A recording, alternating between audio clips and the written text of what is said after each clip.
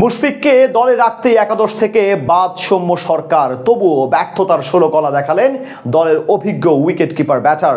ভারতের বিপক্ষে golden duck বেড়ে আজ ফিরেছেন মাত্র 2 রানে। তবে কি নির্বাচকদের সিদ্ধান্ত ভুল ছিল? মুশফিককে জায়গা দিতে গিয়ে সৌম্যকে বাদ দেওয়া কি নিছক বোকামি ছিল? অভিজ্ঞতার ভরাডুবি আর সকল প্রশ্নের উত্তর নিয়ে বিস্তারিত রিপোর্টে।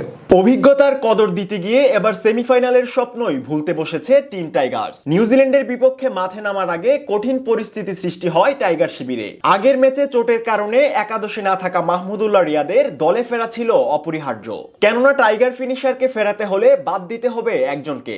সেক্ষেত্রে অনেকের ভাবনাতেই ছিল মুশফিকের নাম, তবে নির্বাচক আব্দুর রাজ্জাক বলছিলেন ভিন্ন কথা। শেষমেশ অভিজ্ঞতার খাতিরেই দলে রাখা হয় মুশফিককে। বিপরীতে বাদ পড়েন টাইগার ওপেনার সৌম্য সরকার। তবে শেষমেশ নির্বাচকদের আস্থার প্রতিদান দিতে ব্যর্থ দলের অভিজ্ঞ সিনিয়র ক্রিকেটার। 5 বলে 2 রান করে বিদায় নেওয়ার দৃশ্য হতাশ করেছে টাইগার ভক্তদেরও। এমনকি ডিপ মিড উইকেটে রাচিন রবীন্দ্রের হাতে ধরা পড়ার সময় কমেন্ট্রি বক্সে থাকা ইয়ান স্মিথ বলে উঠলেন, এত অভিজ্ঞতা নিয়ে এমন শট! বাংলাদেশ ক্রিকেটে উইকেট কিপার ব্যাটার হিসেবে এযাবৎকালে দলের সবচেয়ে অভিজ্ঞ বলা চলে মুশফিককেই। তবে অভিজ্ঞতা যে সবসময় কাজে নাও আসতে পারে সেটাই যেন প্রমাণ করলেন মুশফিক। দলের বাঁচা মরার লড়াইয়ে হাল ধরতে চূড়ান্ত ব্যর্থতা নিয়েই ফিরলেন অভিজ্ঞ ক্রিকেটার। এর আগে ভারতের বিপক্ষে দলের টপ অর্ডারের ব্যর্থতায় সমালোচনায় ভারী হয়েছিল ক্রিকেট পাড়া।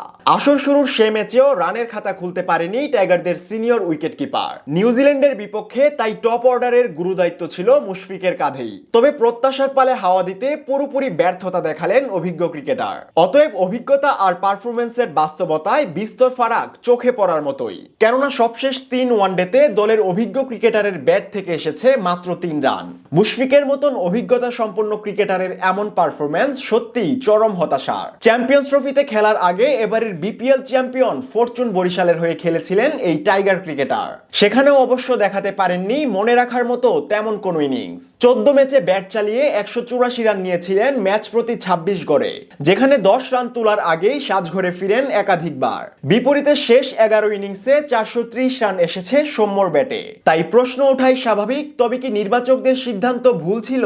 মুশফিককে রাখতে গিয়ে সৌম্যকে বাদ দেয়া কি নিছক বোকামি ছিল?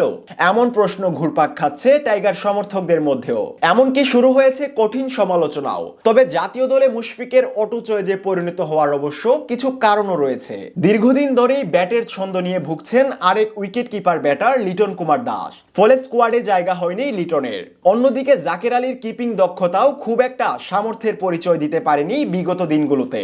বিশেষ করে 50 ওভারের খেলায় জাকিরের কিপিং দক্ষতা অনেকটাই নাজুক। এদিকে ব্যাটিং এবং কিপিং দুই ডিপার্টমেন্টে পারফর্ম করার মতো তেমন অভিজ্ঞতা সম্পন্ন কোনো ক্রিকেটার নেই চ্যাম্পিয়ন্স ট্রফির স্কোয়াডে। ফলে ব্যাট হাতে বাজে পারফর্ম করলেও উইকেট কিপার হিসেবেই দলে থেকে যাচ্ছে মুশফিকুর রহিম। তবে দলের অভিজ্ঞ সিনিয়র ক্রিকেটারের এমন পারফরম্যান্স টাইগার সমর্থকদের জন্য সত্যিই হতাশার কারণ।